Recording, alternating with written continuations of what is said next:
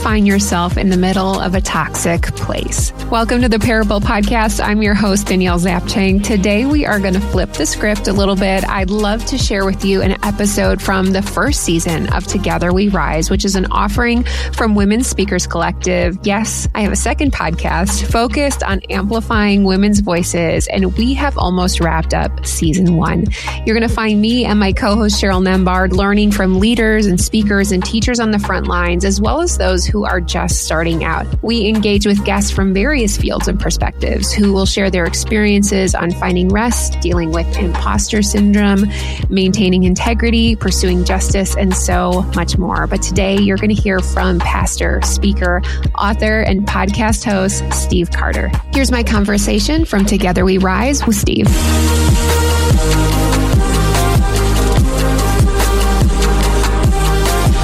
We are so excited to have a huge powerhouse in the building today. Steve Carter is a pastor, speaker, author, podcast host, sports enthusiast, and formerly teaching pastor of Willow Creek Community Church in Chicago. Steve's passion and desire is really just to bring Jesus into everything that he does. He's a gifted teacher, and he spends his days crafting sermons and messages and so much more while he lives in Chicagoland with his wife, Sarah, and their 2 kids. So we are so excited. Welcome, Steve. Thank you, Danielle. It's an honor to be with you all. Yeah.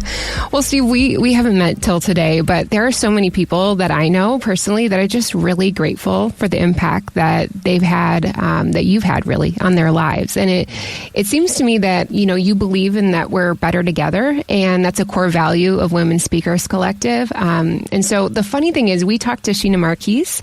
She told us her story, and she brought you up, and she said, you encouraged her in her late 20s that she has a call to preach. So when you hear something like that, when you're just like, you're encouraging other people, what does that make you feel like? I don't know. I mean, honestly, people did that for me. Yeah. I think for many of us, God has put us around people, women and men who maybe struggle to see how they're wired, and really when you encourage someone, it's like you have this ability to see the imago Dei in them and call it out and show it to them. And because you see it, it somehow gives them courage to believe it just might be true. And I didn't think I could teach. I didn't think I could preach, but other people did that for me. And I think it's just one of those ways that as a disciple, as a follower of Jesus, as a pastor, as a friend, I want as many people as possible to not see themselves as how oftentimes they might see themselves, but to see themselves for how God wired them to be. And so for me, it's just kind of fun just to see that. The stories, when people say that, I'm like, oh my goodness, super humbling. But it's mainly I feel like I've never heard anyone ever say, just stop encouraging me. Just please stop. But I think we've lost that art and to be able to see people as God sees them and remind them, man, I want to do more of that. Yeah. Yeah. I think that's so true. The encouragement is huge on my factor, but why do you think it's so hard for people to not see that in themselves? What has created that in our world and for each one of us?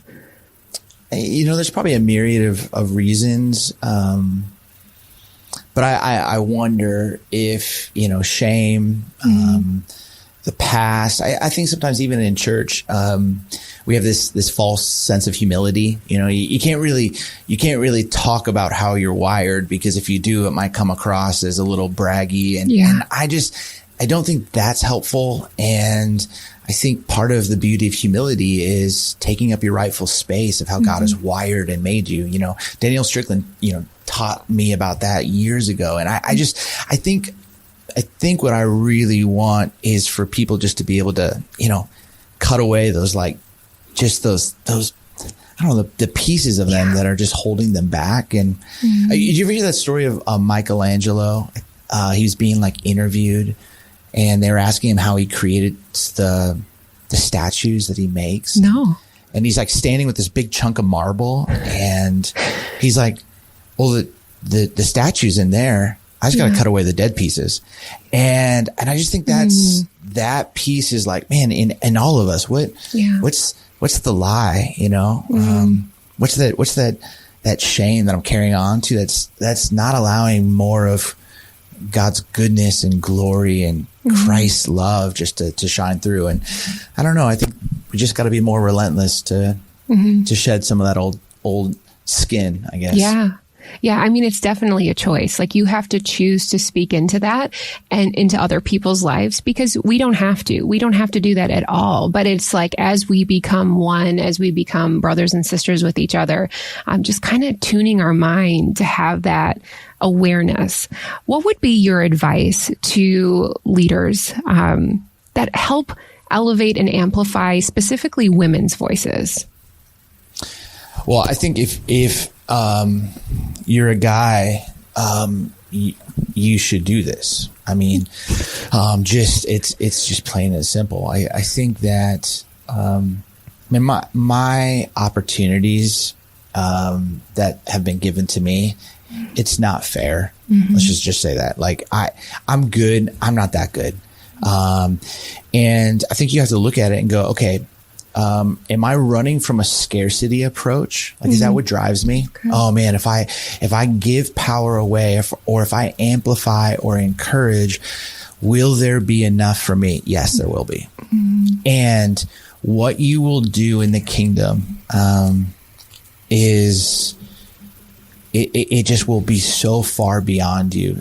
Some of the women that, you know, I've just had a privilege to, know and maybe play a little part in their story, but to see them leading and preaching and writing and just building teams, I couldn't do that. They're like hardwired from heaven to do that. All they needed was a chance. All they needed was someone to believe in them. All they needed was just a moment. And you know, I was at a conference once and I watched Ann Voskamp, and she's a hero of mine, but Ann is a legend. But Ann was supposed to give the closing talk of this conference, and she just was like, no, I've closed too many conferences. And there was a woman of color who was like 3 rows back, and she'd had a conversation with that woman earlier in the conference and just said, I think you're supposed to teach. And she's like, what?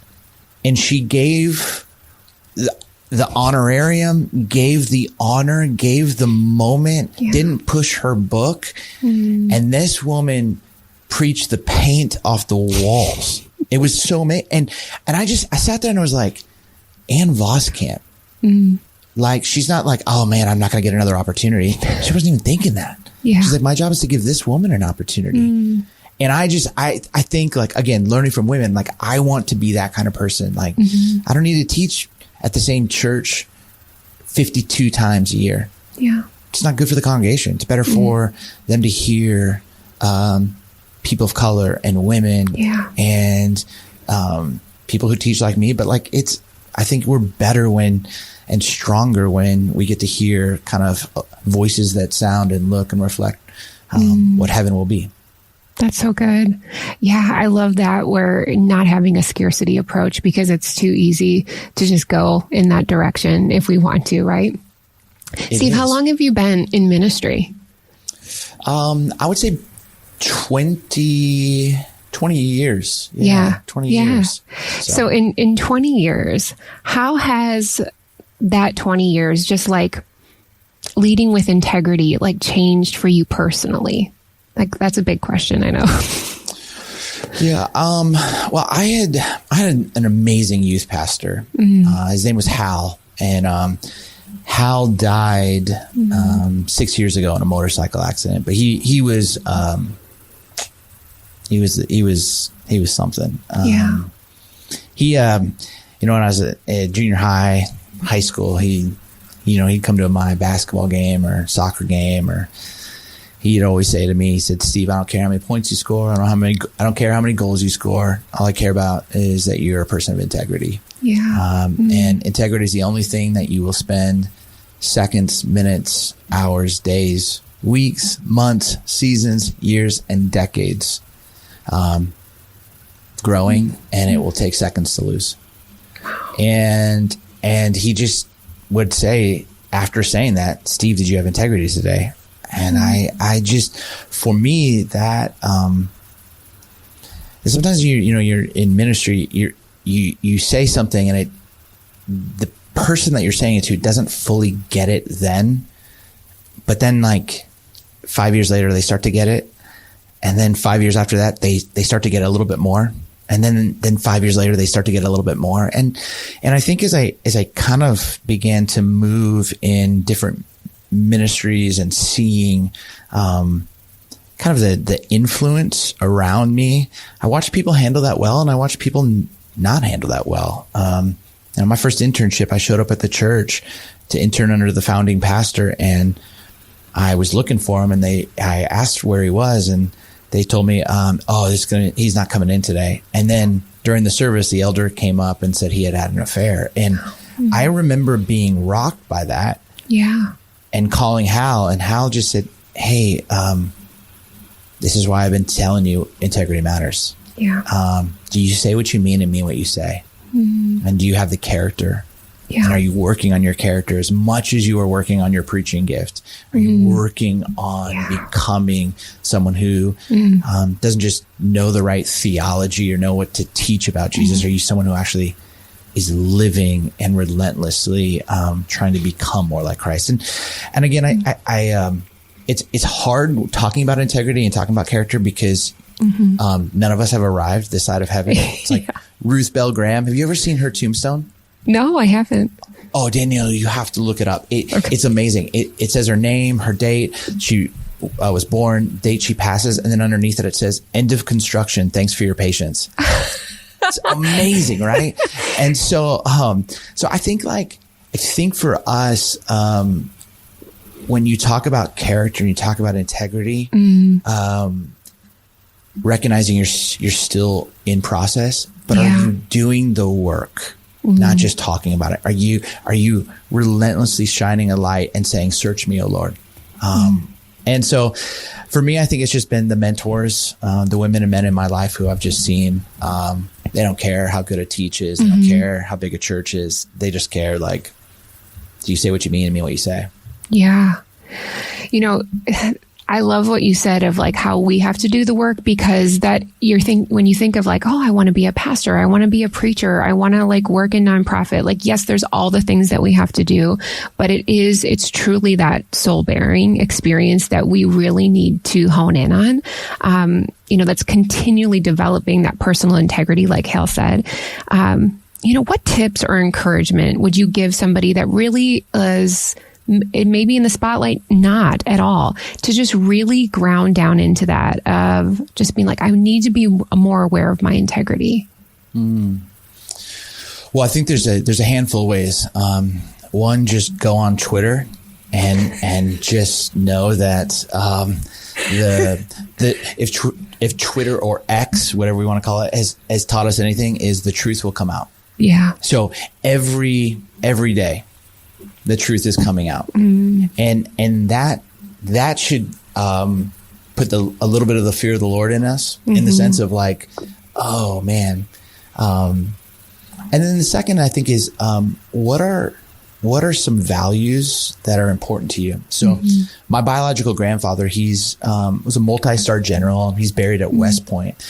But when he went to West Point, the chaplain started around the time he was there, and he brought a prayer. It's called the Cadets Prayer, and it's beautiful. And some of the phrases are: strengthen and increase our admiration for honest dealing and clean thinking, and suffer not our hatred of hypocrisy and pretense ever to diminish. Encourage us in our endeavor to live above the common level of life. Make us to choose the harder right instead of the easier wrong, and never to be content with a half truth when the whole can be won. And I think those lines, am I living above the common level? Yeah. Am I choosing the harder right? Have I grown content to the wrong thing? And I think if you can start to like mine that, I think the Lord and the Spirit will begin to show. And then and as those pieces and spaces and places in your soul and your heart begin to rise up. Like, what do you do with that? Is it bring it to a mentor? Is it share it with a friend? Is it bring it to a counselor or a spiritual director or a pastor? But I think, what's the step then to move towards more health and wholeness? Yeah, absolutely. You know, when you were talking earlier about when you were interning and when you found out what that pastor did, there's like this sense of like, you just can't believe it. And I think there's so many of us that are in situations,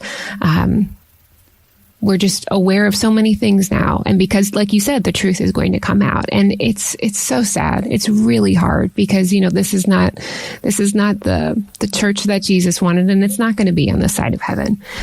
How do you know when it is a church culture that you're in that maybe it's become too toxic to stay? Like, how do you know that when it's time to move on? It's a great question. You know, my dad, I remember in college, I brought my girlfriend at the time home for dinner, and she left, and I really wanted my dad's approval. And so I was like, "Hey, Dad, what do you think?" And he's like, "It doesn't matter what I think." And I was like, "Oh, you don't like her?" And he's like, No, it's not about that. You just have to know, and everybody's good, and everybody's got some crazy in them. And you just have to figure out what kind of crazy you can live with, that you can pray for, but you don't spend every waking hour trying to change and fix. Yeah. You can love them in spite of, and walk with them and hold space for them. And I remember thinking about that going, wow, that's pretty profound. And then I started working in the church, and I realized, oh, that's really profound. And I think that there are some cultures that feel toxic to some people and some cultures that don't feel toxic to other people. I think when you recognize your values and what you see as integral and integrous are being violated, and you speak up and watch how people respond. Yeah. Because healthy organizations want the truth, and healthy people want to follow that truth to a point of not just acknowledgement, but possibly even a point of repentance, and then actually begin to move down that trajectory towards reconciliation. But if you find yourself unable to speak a truth or ask a question, I'd get curious about that. Yeah. Because the next layer is to stuff it and minimize it. And if you're afraid, then that's not a healthy culture. And I think part of that is, I think some of us are contrarians, and contrarians get a bad rap, but they actually believe in the potential of an organization. Yeah. And, you know, I was on staff at Willow during the really difficult time there, and I didn't want to leave. I love that church. I still do. But what's tricky for me is the Willow I knew and believed to be true was the Willow that did the harder right. Yeah. So now a situation was arising where, for some apparent reason, instead of doing the harder right, it was choosing self-preservation. That did not make sense to me. Yeah. Because all of the muscle memory that I had seen for the way that they had spoken up for Palestinians, or the way they had spoken up for AIDS, for people like this hurting and the suffering. But now when they were under the microscope, it was like, somehow it couldn't. And for me, that was put me in a difficult spot. So I feel like I tried to do the best I could with what I knew. I'm not saying I did it perfect, but I tried to do the best I could. But what was hard is I was now put in a spot to be the face of an organization. And what I was feeling was, I now have to play with people's trust. And the definition of trust is really easy. It's a mathematical formula. Safe plus consistent, again and again, over and over on repeat. And I think when we work in the church or we work in leadership, every single day we're playing with people's trust. Yeah. And we have to ask ourselves, are we safe? Are we consistent? Again and again, over and over on repeat.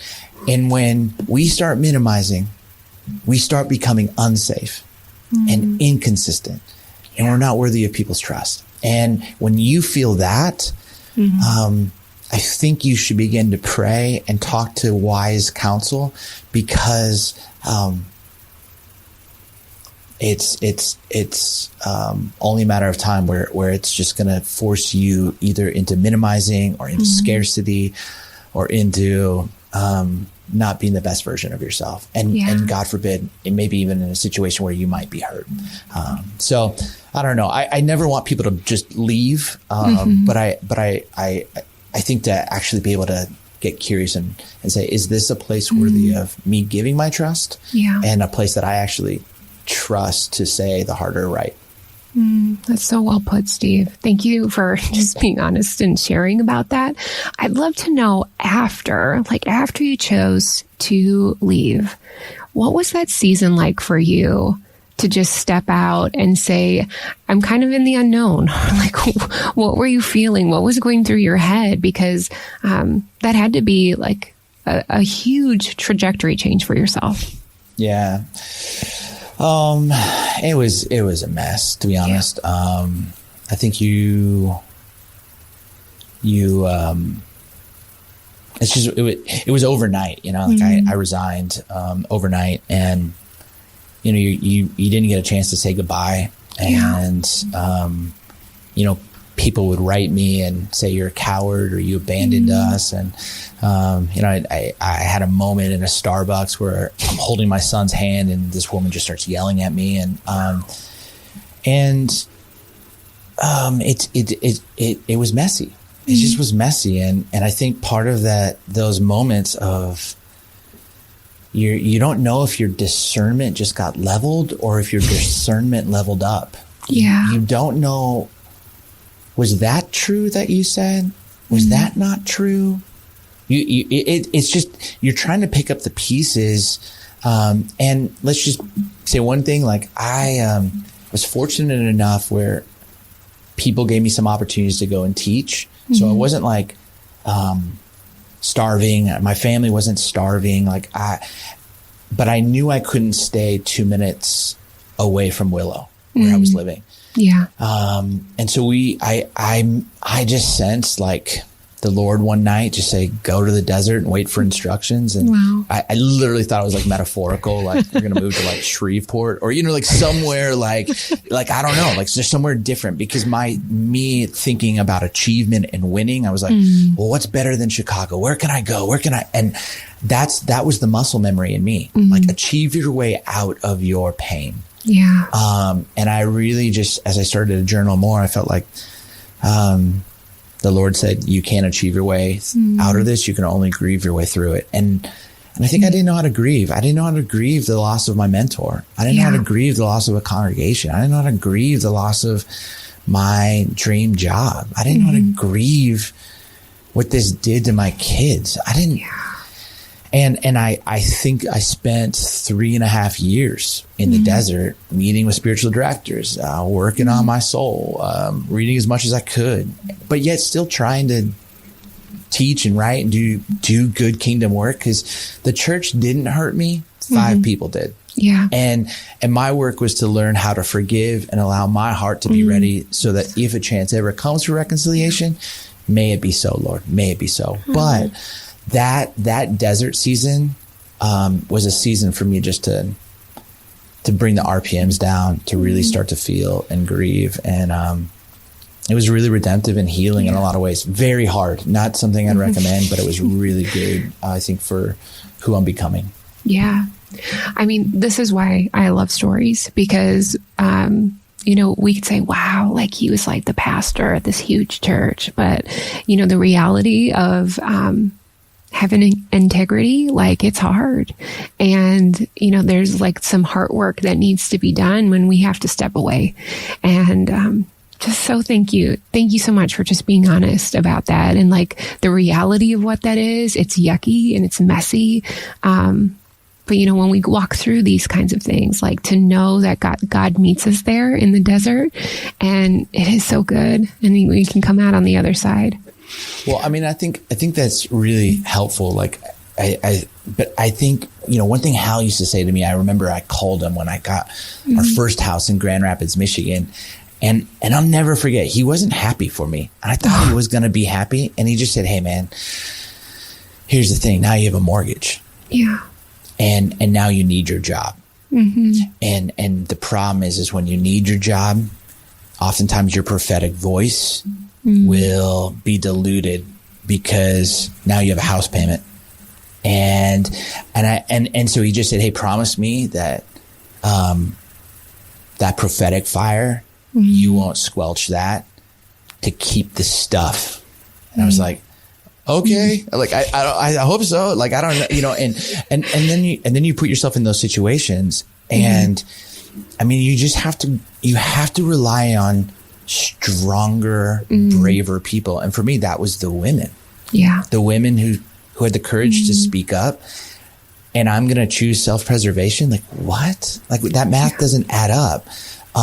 Or you have these moments where you're choosing to see and watch, like, women, people of color, like, actually knowing how to suffer and talking to them and going, oh man. And so I honestly, like, I don't know if I could have done it on my own. I had to look and see the bravery of the women and the bravery of people who had gone through suffering well. And I just was like, all right, if I'm going to do anything, I'm going to follow their lead. And that was what was helpful for me. So good, Steve. Before we wrap up, I'd love to know, you're an excellent speaker. You really are. What would be some like top 3 training tips for female communicators? Ooh, that's a great one. It was so awesome. Today, I actually was coaching a female teacher out in Michigan, Rachel. She's awesome. But one of the things we were working on today was finding your voice.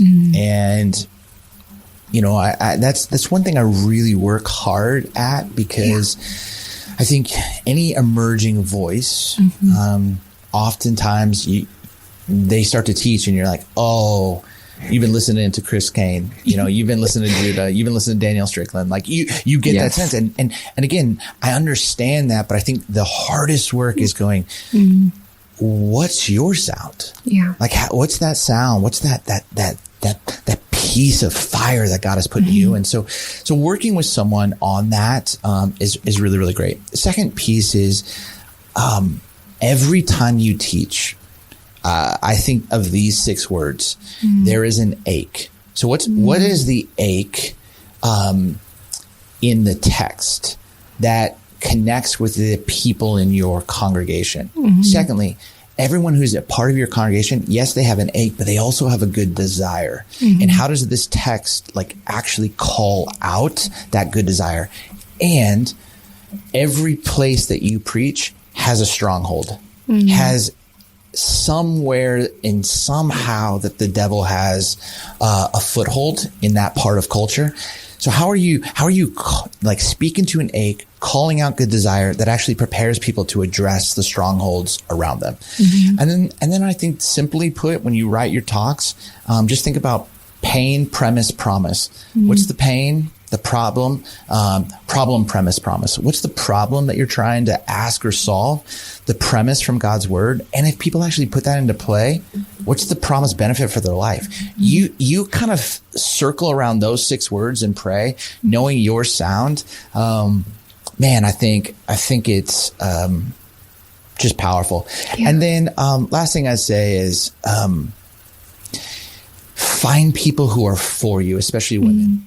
I think what shocks me sometimes is how guys aren't very supportive or don't know how to actually coach and say.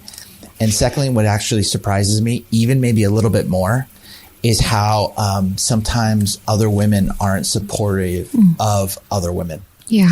And I think the discernment piece is, who are people who are for you? And that's literally why I love like the Women's Speaker Collective, like, cause you all are, you model this so well. It's like a crew of people who are for you. We're so for you that we're going to tell you the truth. But like, I think you gotta find that circle of people who love you so much. They're going to help you hone that sound, that unique voice. And they're going to tell you places that you could have been more you. And you do that stuff, I think you'll be fine. Just 1, 2, 3, you'll be fine. But truly, like, I wrote all the notes down. We'll put everything in the show notes because it was so good, Steve.